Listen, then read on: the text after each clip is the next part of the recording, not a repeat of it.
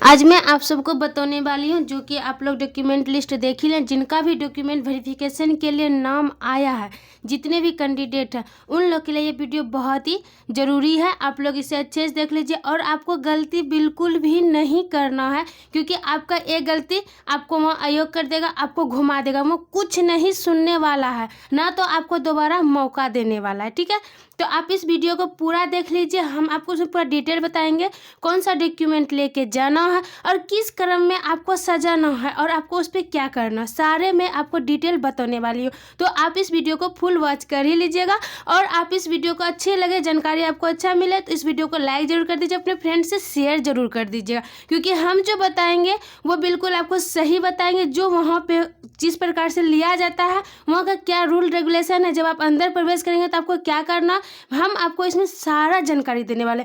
और आप इस वीडियो को बिल्कुल ही फुल वॉच कीजिएगा, स्किप नहीं करना है, क्योंकि अगर आप छोड़ते हैं तो फिर आपको कन्फ्यूजन हो जाएगी। तो आप इसे अच्छे से देख लीजिए, सुन लीजिए, उसके बाद अपना डॉक्यूमेंट वेरिफिकेशन के लिए जाइए, क्योंकि आपको 16 से स्टार्ट हो रहा है। जिन कैंडिडेट का भी 16 से स्टार्ट है वो लोग इसे अच्छे से देख लें।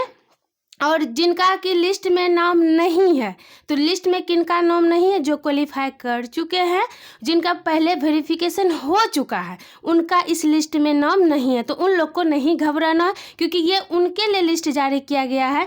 जो लोग का काउंसलिंग यानी कि डीवी नहीं हुआ है उनके लिए ये लिस्ट जारी है। तो जिनका हो चुका है, जैसे कि आप लोग का जो एक्सपीरियंस वाले हैं उनका हो चुका है, जो हायर क्वालिफिकेशन वाले हैं उनका हो चुका है, और जो भी डीवी वाले जो भी डीक्यू कोटा वाले थे उनका हो चुका है। ठीक है, तो अब बच्चे को ने फ्रेशर कैंडिडेट है, तो आप लोग का काउंसलिंग में ज़्यादा टाइम लगेगा भी नहीं, क्योंकि जो एक्सपीरियंस वाले थे उन लोग में ज़्यादा समय लग रहा था। आप लोग को सारा बस डॉक्यूमेंट अरेंज अच्छे से करके जाना है, और कौन सा डॉक्यूमेंट लेके जाना है ये आप अच्छे से समझ लीजिए, और कितना फोटोकॉपी आपको लेके जाना है, और आपका फ़ोटो कितना ले जाना है, और कॉल लेटर को किस प्रकार से आपको लेके जाना है, सारा हम इसमें आपको डिटेल में बताएंगे। तो आप इसे अच्छे से समझ लें, कोई कन्फ्यूजन नहीं रहेगा इस वीडियो के बाद। तो चलिए हम अब आपको बताते हैं कि आपको डॉक्यूमेंट में इसमें पहले आप नोटिस जो आया है उसको देखते हैं और समझते हैं। ठीक है, और देखिए हम ये भी लिखे हैं कि गलती नहीं करना है। ऐसा क्यों लिखे हैं, हम आपको सारा चीज़ इसमें बताएंगे। ठीक है, देखिए ये आपका विज्ञापन है जो जारी किया है बीटीएससी। इसमें क्या लिखा है, देखिए विज्ञापन आपका 7/2022 बिहार एएनएम के पद पर नियुक्त हेतु 2/8/22 से 1/9 तक आवेदन प्राप्त किया, जो कि आवेदन डेट बढ़ा था 15/9/22 तक किया गया था। ठीक है, तो इसमें आपको कहा गया है कि 19/9/23 के द्वारा विज्ञापन कंडिका में संशोधन के दिनांक 22/9/23 से 6/10/23 तक पुनः आवेदन प्राप्त करने बाद में फिर से डेट दिया था, आप लोग जान रहे हैं, डेट दिया गया था। पूर्व में आवेदन कर चुके अभ्यर्थियों को ज्ञापन में हुए संशोधन के आलोक पोर्टल के माध्यम से आवेदन में संशोधन करके आप कार्य अनुभव, उच्चतर योग्यता, जो भी दावा किए थे, अंतिम मौका दिया गया था। ठीक है, अभ्यर्थियों की अधिक संख्या में होने के कारण उक्त विज्ञापन में चरणबद्ध तरीके से डॉक्यूमेंट वेरिफिकेशन करने की प्रक्रिया अपनाई गई है। उक्त के आलोक में प्रथम चरण में डॉक्यूमेंट वेरिफिकेशन में जो देखिए जो 20 से पहले हो चुका है, यानी फर्स्ट में जो कि आपका हायर क्वालिफिकेशन था और जिनको कार्य अनुभव था, उन लोग का जो हो चुका है काउंसलिंग, उनके बारे में मैं सीबीटी टेस्ट में उपस्थित अभ्यर्थियों में से जिन अभ्यर्थियों ने ऑनलाइन आवेदन या मॉडिफिकेशन फॉर्म में कार्य अनुभव एवं उच्चतर योग्यता का दावा किया है, केवल वैसे अभ्यर्थियों का दस्तावेज सत्यापन दिनांक 20/1/24 से 2/2/24 तक कराया जा चुका है। यानी इन्होंने साफ ये कर दिया है कि आप लोग का हो चुका है, इसलिए आप लोग को घबराना नहीं है कि इसमें मेरा नाम नहीं, क्योंकि आप तो ऑलरेडी करा चुके हैं, इसलिए आपका नाम इसमें नहीं है। ठीक है, अब है द्वितीय चरण, यानी अब जो आया है डॉक्यूमेंट वेरिफिकेशन का लिस्ट, उसमें करा कंप्यूटर बेस्ड टेस्ट में योग्य सभी अभ्यर्थियों की जो क्वालिफाइड कर चुके हैं उनके लिए मैं उपस्थित योग्य अभ्यर्थियों को छोड़कर इसमें जो प्रथम चरण को लेकर के कह रहा है, देखिए द्वितीय चरण के दस्तावेज सत्यापन में कंप्यूटर बेस्ड टेस्ट में योग्य सभी अभ्यर्थियों में, ठीक है, जो कि देखिए प्रथम चरण का जो हो चुका उसमें उपस्थित जो भी क्वालिफाइड स्टूडेंट है उसको छोड़कर, क्योंकि आपका तो हो चुका है इसलिए आपका पुनः फिर से नहीं कराया जाएगा, क्योंकि एक बार ही कराना, एक बार आपका हो चुका। ठीक है, छोड़कर दस्तावेज सत्यापन कार्य निम्न कार्यक्रम के अनुसार निर्धारित किया गया, यानी कि जो कि फ्रेशर कैंडिडेट है, बिल्कुल फ्रेशर कैंडिडेट है, जिनका कि कोई एक्सपीरियंस नहीं है, कोई कार्य अनुभव नहीं है, सिर्फ आपने एनएम के बेस पे इसमें अप्लाई किया था, आप कहीं वर्क भी नहीं कर रहे थे, वैसे कैंडिडेट का ये लिस्ट है। इतना समझ गए। अब है कि आपको सत्यापन के लिए कब कब से दिया गया है, तो देखिए सत्यापन का आपका जो डेट है वो 16 से 23 तक है फर्स्ट में, और फिर आपका है 27 से 1 मार्च तक है। ठीक है, तो और इसमें आपका दिया गया जो कि फर्स्ट में 16 से 23 है, तो ये आपको बीटीएससी ऑफिस में होने वाले, यानी जो बीटीएससी ऑफिस है वहीं आपको जाके डॉक्यूमेंट वेरिफिकेशन कराना। ये जो प्रथम चरण वाला हुआ था उन लोग का भी यही हुआ था, और लेकिन कि बहुत सारे स्टूडेंट हैं इस वजह से इन्होंने देखिए एक और जगह चूज किया है, वो है ज्ञान भवन गांधी मैदान पटना, यानी जो 27 से 1 के बीच में जिनका भी काउंसलिंग होगा, डॉक्यूमेंट वेरिफिकेशन होगा, उनका कब है, तो वो आपका है गांधी मैदान यानी ज्ञान भवन में आपका ये डॉक्यूमेंट वेरिफिकेशन होगा। ठीक है, और आपका 2 पाली में है, फर्स्ट पाली में है 10 बजे से 1-1:30 बजे तक, और आपका 2:30 बजे से 6 बजे तक। और एक बात समझ लीजिए, ये जो आपका पाली दिया हुआ है 10 बजे से शुरू हुआ, ऐसा नहीं करना है कि 10 बजे ही सेंटर पे पहुँचे, आप 1 से 1.5 घंटा पहले पहुँचिएगा। ठीक है, उसमें आपका रिपोर्टिंग, आप जो कॉल लेटर डाउनलोड करेंगे उसमें रिपोर्टिंग टाइम दिया हुआ, आप पहले प्रवेश कीजिएगा।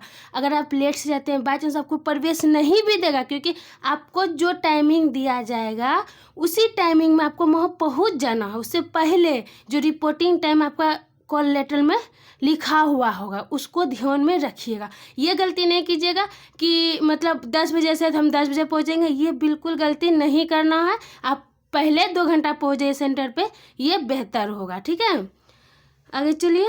आगे है आपका दस्तावेज सत्यापन में आमंत्रित अभ्यर्थियों की सूची रजिस्ट्रेशन नंबर के अनुसार तिथिवार पालीवार संलग्न, यानी कि इसमें जो आपका लिस्ट दिया हुआ सारे कैंडिडेट का जो लिस्ट है वो किस क्रम में है, अगर आप नहीं ढूंढ पा रहे हैं तो किस प्रकार से ढूंढेंगे, तो उसमें रजिस्ट्रेशन नंबर जो है सीरियल से दिया, यानी जिसका मूल्य रजिस्ट्रेशन बहुत ऐसी संख्या में बहुत ज़्यादा है, जिसका 1 से है 1, 2, 3 इस तरह क्रम में दिया हुआ, जिनका भी अगर नहीं खोज पा रहे तो रजिस्ट्रेशन नंबर से मिलाइएगा तो आप अपना खोज सकते हैं। वैसे हमें उम्मीद है कि आप लोगों ने सभी अपना जो है नाम तो देख ही लिए होंगे, और आपका कब काउंसलिंग है ये भी आप लोग को पता हो गया होगा। बस उसमें क्रम में है आपका जो रोल नंबर है, लास्ट का 5 डिजिट जब मिलाइएगा ना, उसी से आपको अथी रजिस्ट्रेशन के 5 डिजिट से मिलाइएगा, उससे तुरंत आप खोज लीजिएगा।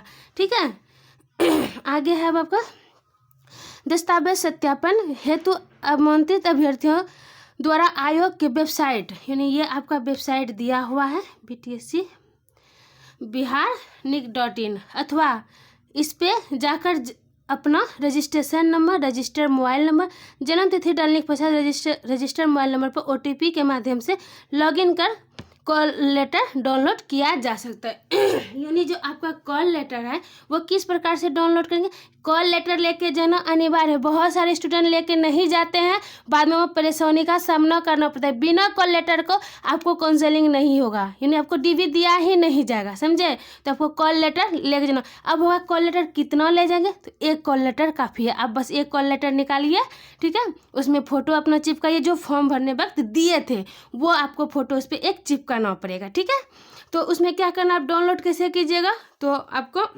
रजिस्ट्रेशन नंबर डालिएगा, उसमें आपका डेट ऑफ बर्थ मांगेगा वो डालिएगा, और जो आप मोबाइल फॉर्म भरने वक्त दिए हैं वो मोबाइल नंबर वहाँ पे डालिएगा। OTP आएगा, उसके बाद आप उसको डाउनलोड करके प्रिंट आउट करवा लीजिएगा। ठीक है, और 2 पेज में आपको ये कॉल लेटर निकालना है। ये भी चीज़ का ध्यान रखिएगा, ये नहीं कि 1 पेज में आ रहा है, क्योंकि बहुत छोटा छोटा लिखा हुआ रहता है। ठीक है, 1 पेज में भी वो निकल जाएगा, लेकिन आपको कितने पेज में निकालना है, 2 पेज में निकालना है। ये आप याद रखिएगा, ये सब बातें सब नहीं बताएगा। ठीक है, तो आप इसको कॉल लेटर 2 पेज में निकलेगा, आप 2 पेज निकालिएगा। ये चीज़ का ध्यान रखिएगा, 1 पेज में नहीं कि छोटा, क्योंकि बहुत छोटा छोटा अक्षर में लिखा रहता है, वो 1 पेज में भी आ जाता है, लेकिन आपको निकालना कितना पेज में है, 2 पेज में। वो कैफ़े वाला को बोलिएगा भैया इसको 2 पेज में निकाल दीजिए, तो वो 2 पेज में आपका निकाल देंगे। ठीक है, तो कॉल लेटर 2 पेज में निकलेगा, वो 2 पेज आपको निकाल लेना है। अब आगे चलिए डॉक्यूमेंट के बारे में देखते हैं। ये सब तो आप देख लिए कि कॉल लेटर के बिना दस्तावेज सत्यापन हेतु आवंटित हॉल में प्रवेश की अनुमति नहीं होगी, इसलिए कॉल लेटर लेके जाना। फर्स्ट रोल आपका क्या है कि कॉल लेटर, आपको बुलाया गया है किसके द्वारा बुलाया, आपको कॉल लेटर लेके जाना अनिवार्य, उसको छोड़ना नहीं है, ठीक है।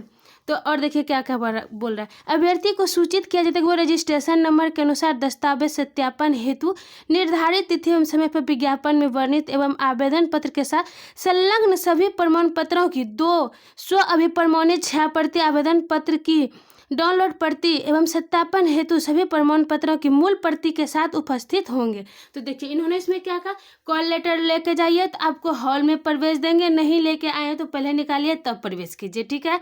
उसके बाद है कि आपको सारा डॉक्यूमेंट का 2 फोटोकॉपी लेके जाना, वो दोनों फोटोकॉपी आपका वहाँ पे ले लेगा, 2 कॉपी सारे डॉक्यूमेंट का, 2 फोटोकॉपी, और उसमें लिख देना है, अगर आप इंग्लिश में साइन करते तो लिख देना सेल्फ अटेस्टेड, अपना नाम नीचे लिख के, और उसमें उस जो डेट में आप वेरिफिकेशन कराने गए वो डेट भी आपको लिख देना है, ठीक है। अगर आप हिंदी में साइन करते तो लिख देना ऊपर में अभिप्रमाणित जो आपका नाम है और उसके नीचे डेट, ये सारा फोटोकॉपी में आपको कर देना। और जितना फोटोकॉपी आप डॉक्यूमेंट दे रहे हैं उसका सारे का आपके पास ओरिजिनल होना अनिवार्य है, ओरिजिनल होगा, ओरिजिनल वहाँ पे देखेगा आपका, जब आप जाइएगा टेबल पे तो आपका सारा ओरिजिनल भी वहाँ पे वो देखेगा, ठीक है। आगे है दस्तावेज हेतु होने वाले भर्तियों का निर्देश है कि निम्नलिखित दिशा निर्देशों का अनुपालन सुनिश्चित करेंगे। तो क्या आपको अनुपालन करना हो, तो ऑनलाइन आवेदन पत्र में अंकित प्रविष्टियों के अनुसार अभ्यर्थी को चेक लिस्ट पत्र में वर्णित सभी प्रमाण पत्रों की मूल प्रति यानी ओरिजिनल, जो आपका ओरिजिनल सर्टिफिकेट है वो, एवं सभी प्रमाण पत्रों की 2 प्रति स्व अभिप्रमाणित 6 प्रति दस्तावेज सत्यापन में प्रस्तुत करना अनिवार्य। यानी मैंने आपको जो बताया कि सेल्फ अटेस्टेड यानी स्व अभिप्रमाणित लिख करके साइन करके उस दिन का डेट लिख करके आपको सारे 2 सेट बनाएगा, 2 फोटोकॉपी लेके जाइएगा ना तो उसका 2 सेट बनाना है, ठीक है। एक सेट में जैसे कि एक सेट बनाए तो उसमें सारे डॉक्यूमेंट डाल दिए जो वहाँ पे मांगा जा रहा, उसके बाद फिर एक साइड रखे 2 डॉक्यूमेंट में, मतलब 2 फोटोकॉपी का अलग अलग सेट बनाना, एक सिंगल करके सेट बनाना, 2 सेट आपको बना के लेके जाना है, ठीक है। विदित हो कि कार्य अनुभव एवं उच्च योग्यता का दावा करने वाले वैसे अभ्यर्थी का दस्तावेज सत्यापन प्रथम चरण में कराया जा चुका है, यानी कि जिन्होंने कार्य अनुभव दिया है उन लोग का कराया जा चुका है। शेष अभ्यर्थियों हेतु दस्तावेज सत्यापन के दौरान निम्नलिखित प्रमाण पत्रों का मूल रूप से सत्यापन कराया जाना, जिसकी विस्तृत विवरणी निम्न प्रकार से है। तो इनका क्या कहना है कि देखिए जो भी कार्य अनुभव वाले थे, हायर क्वालिफिकेशन वाले थे, उन लोग का तो डॉक्यूमेंट वेरिफिकेशन कराया जा चुका है। अब जो बच्चे हैं उनका सिर्फ आपका क्या है, जो जिनके पास कुछ नहीं है उनका कराया जा रहा है, ठीक है। आगे है वो प्रमाण पत्र किस प्रकार से आपको लेके जाना है, ठीक है। देखिए पहला है आपका मैट्रिक का प्रमाण पत्र, दूसरा है आपका निवास प्रमाण पत्र। देखिए ये जो क्रम है ये क्रम ऐसे फालतू में नहीं दिया है, ये किसी प्रकार से लिख सकता था, ठीक है, ऐसा नहीं है। ये जो क्रम आपको दिया है क्रम संख्या, ये जो आप देख रहे हैं 1 2 3 4 5 6, ठीक है ना, इसी प्रकार से आपको डॉक्यूमेंट को अरेंज करना है, नहीं कि इसमें जो है सारा डॉक्यूमेंट ले लिए किसी प्रकार से हम उसमें रख लिए उससे हो जाए, नहीं। 1 नंबर में अगर इन्होंने मैट्रिक का प्रमाण पत्र बोला है तो सबसे ऊपर में आपको क्या रखना है, मैट्रिक का प्रमाण पत्र ही रखना है, यानी सबसे ऊपर में मैट्रिक का प्रमाण पत्र आएगा। उसके बाद इन्होंने क्या बोला है, निवास प्रमाण पत्र, तो उसके बाद आपको निवास प्रमाण पत्र रखना है। उसके बाद फोटोयुक्त पहचान पत्र, यानी फोटोयुक्त जिन्होंने आधार कार्ड दिया है, पैन कार्ड दिया है, जो भी आपने फॉर्म भरने वक्त दिए हैं वो आप रखिएगा, ठीक है। उसके बाद शैक्षणिक योग्यता संबंधी प्रमाण पत्र। तो देखिए शैक्षणिक यानी कि आपका एनएम का मांग रहा है, तो एनएम का क्या मांग रहा है, औपबंधिक प्रमाण पत्र, यानी कि इसमें 2 चीज़ मांग रहा है, एनएम का उत्तीर्णता प्रमाण पत्र, यानी इन्होंने डिप्लोमा और रजिस्ट्रेशन दोनों लिखा है। पहला क्या है प्रमाण पत्र, तो ये आपका डिप्लोमा सर्टिफिकेट हुआ, औपबंधिक प्रमाण पत्र यानी आपका रजिस्ट्रेशन। उसके बाद पहले देखिए पहले मैट्रिक का रखे, निवास रखे और आप आधार कार्ड या पैन कार्ड रखेंगे, फिर उसके बाद डिप्लोमा रखिएगा, उसके बाद रजिस्ट्रेशन रखिएगा एनएम का, ठीक है।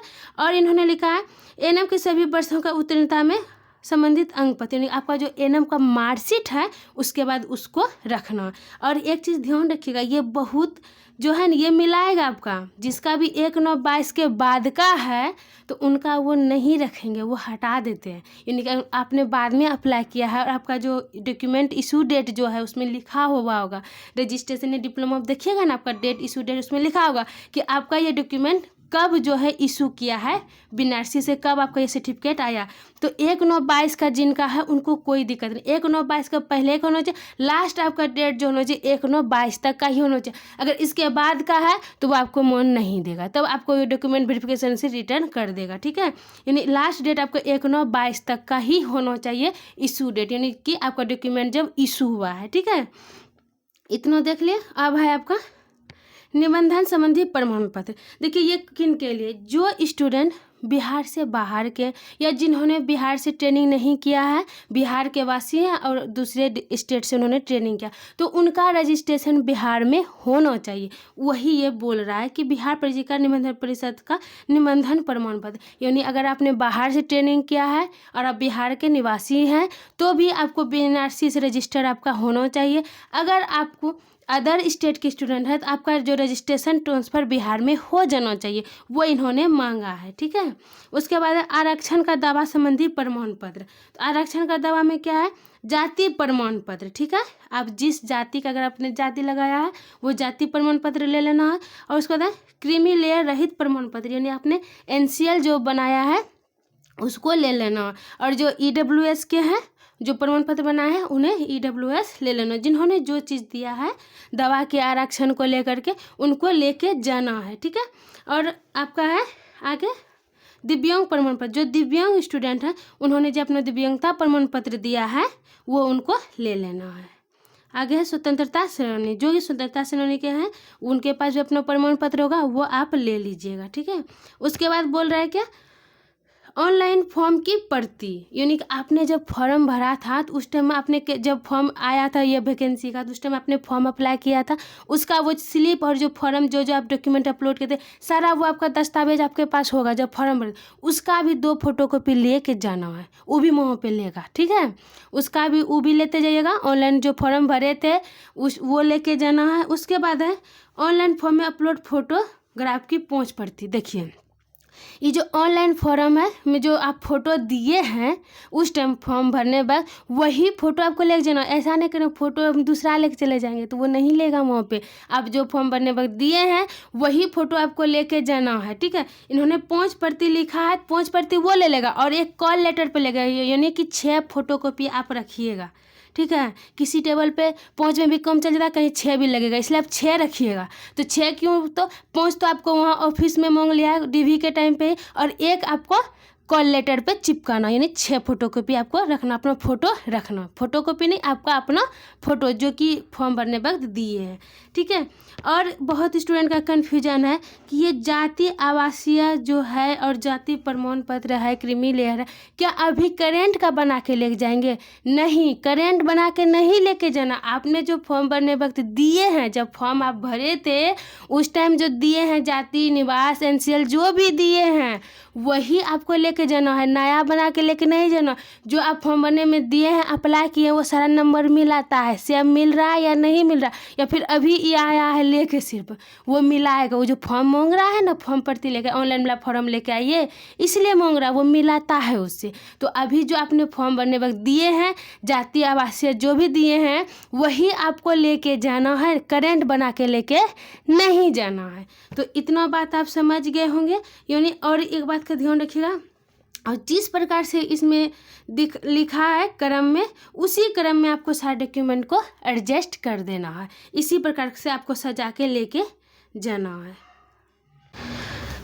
इतना आपका हो गया डॉक्यूमेंट से रिलेटेड, अब वो आपको कन्फ्यूजन नहीं होगा। और एक बात समझ लीजिए, हम ये भी लिखे हैं कि ऐसा गलती नहीं कीजिए जिससे आई होगा। देखिए अगर आपने आरक्षण का दावा किया है, अगर आप बाई चांस डॉक्यूमेंट लेके नहीं जाते हैं, ठीक ना, तो वहाँ पे आपका नहीं सुनेगा कि हमने तो अप्लाई किया है, ऑनलाइन तो किए हैं, हम छूट गया, बाद में देंगे, तो वो मौका भी नहीं देता है कि आप बाद में आके जमा कर दीजिए, नहीं दे रहा है। देखिए जो इधर पहले जो DV हुआ है स्टूडेंट को, जो नहीं ले गया तो उसको मौका नहीं देगा आप दूसरे दिन जमा कीजिए, ऐसा मौका नहीं दे रहा। इसलिए आप लोग कोई गलती नहीं कीजिएगा, अपना डॉक्यूमेंट 4 बार चेक कीजिए। अपने से न समझ में आए, फैमिली में आदमी है उनको देखिए एक बार अभी चेक कर लीजिए तो इसमें कुछ छोटा तो नहीं है, क्योंकि डॉक्यूमेंट छूटेगा तो फिर अगर आपने NCL लगाया है या फिर EWS जो भी जिन्होंने अपना आरक्षण के लिए दावा किया है तो उनका लाभ नहीं मिलेगा। इसलिए ये सब गलती नहीं कीजिएगा, सारा डॉक्यूमेंट एकदम से आप लेके जाइए। देखिए डॉक्यूमेंट पास में रहेगा, मांगेगा तो देंगे, नहीं मांगा तो नहीं देंगे।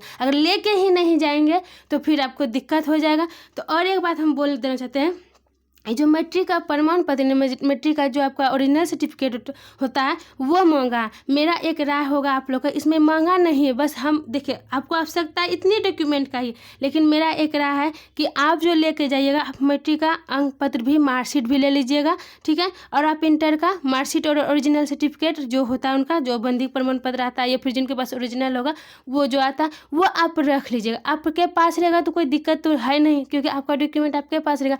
मांगेगा नहीं, लेकिन पास में रहना जरूरी है। कभी कभी ना जिसका प्रमाण पत्र रहता है कभी कभी उससे अंक पत्र मांग भी लेता है, इसलिए आप वो सारा डॉक्यूमेंट रख लीजिएगा। मांगा तो दीजिएगा, नहीं तो पास में रहेगा तो कोई उतना तो रहेगा, 2 पेज ज़्यादा भारी हो जाएगा, उतना लेके क्यों जाएंगे, तो वैसा नहीं करना। और सारे से जितने भी आपके पास फोटोकॉपी दे रहे हैं, जितना डॉक्यूमेंट आप लेके जा रहे हैं सारे का ओरिजिनल आपको लेके जाना अनिवार्य है। एक बार नहीं 4 बार चेक करके जाइएगा, कोई गलती नहीं कीजिएगा।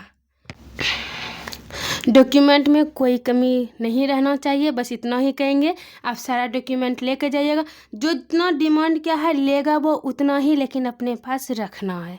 आपके साथ अकेले तो जा नहीं रहे, या फिर जा भी रहे तो कि आपको तो सारा फाइल में अरेंज रहेगा। आप क्या कीजिएगा, फोटोकॉपी का जो वो अलग फाइल बना लीजिएगा और ओरिजिनल का अलग। अगर नहीं है तो एक ही फाइल में सब रख सकते हैं। ऐसे ओरिजिनल सर्टिफिकेट अलग रखिएगा तो वो ज़्यादा आपके लिए कंफर्टेबल होगा। वैसे आप जिस तरह से कंफर्टेबल है वैसे रख सकते हैं। आपको सारा 2-2 फोटोकॉपी और सारा का ओरिजिनल लेके जाना, ओरिजिनल में देखेगा। ओरिजिनल छोड़ना नहीं कि फोटोकॉपी मांगना, सिर्फ फोटो ले जाएंगे, ऐसा नहीं करना। आपको मूल प्रति भी वहाँ पे मांगा जा रही है, वहाँ पे वो देखेगा कि आपके पास ओरिजिनल सर्टिफिकेट है या नहीं है। तो आप लोग कॉल लेटर डाउनलोड कर लीजिए, उसमें भी आपको डॉक्यूमेंट जो है एडजस्ट करने के लिए इस प्रकार से आपका नीचे दिया हुआ होगा।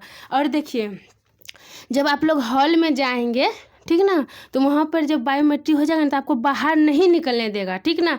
जब आप प्रवेश कर जाएंगे गेट के अंदर तो इस चीज़ का आप ध्यान रखिएगा कि हम सारा डॉक्यूमेंट लेके जाए। पास में सारा डॉक्यूमेंट रहेगा, आपके पास फाइल रहेगा, तो क्या दिक्कत है, अगर हाथ में ही रख लेंगे तो कोई दिक्कत नहीं होता। आप सारा अपना फाइल में सारा डॉक्यूमेंट पास में रखिए। जब आप अंदर प्रवेश कीजिएगा तो आप सारा डॉक्यूमेंट पास में रखिएगा। और अंदर में फ़ोन लेके जाने देता है या नहीं, फ़ोन लेके जाने देता। अब ऐसा नहीं कि वहाँ पर जाकर बात करने लगेंगे, फुल रिंग में रखेंगे, साउंड में रखेंगे, ये सब गलती नहीं कीजिए, क्योंकि बहुत ऐसा स्टूडेंट होते हैं रिंग में रखते, साइलेंट फ़ोन कर लीजिए। और इमरजेंसी पड़ा तो जब तक बायोमेट्रिक नहीं होगा तब तक आप गार्जियन से कनेक्ट करके कोई सा जरूरत हुआ तो आप बात कर सकते हैं, ठीक ना। लेकिन जब बायोमेट्रिक हो जाएगा तो फिर बाहर नहीं निकलने देगा। इसीलिए अपना सारा डॉक्यूमेंट अपने पास रखना है, उतना भारी होता नहीं, एक फाइल में सारा लेकर आपको प्रवेश देगा, मतलब सारा डॉक्यूमेंट लेकर आप जा सकते हैं, कोई दिक्कत नहीं होगा, ठीक है। तो अपना सारा डॉक्यूमेंट अपने पास ही लेके जाइएगा। जब अंदर प्रवेश कीजिएगा तो सारा अपना लेके चले जाएगा। लेकिन आपको सजा के इसी प्रकार सजाने के लिए आपको अगर बोला जाए तो आप इतना डॉक्यूमेंट ही 2-2 जो है 2 कॉपी बना के तैयार करके जाइएगा। अब हमें उम्मीद है कि आपको समझ में आ गई होगी। अब आप कोई गलती नहीं करेंगे, क्योंकि कोई डॉक्यूमेंट से रिलेटेड आपसे अब गलती नहीं होना चाहिए। हमें उम्मीद है कि हमने आपको अच्छे तरीके से समझा दिया। चलिए, थैंक यू।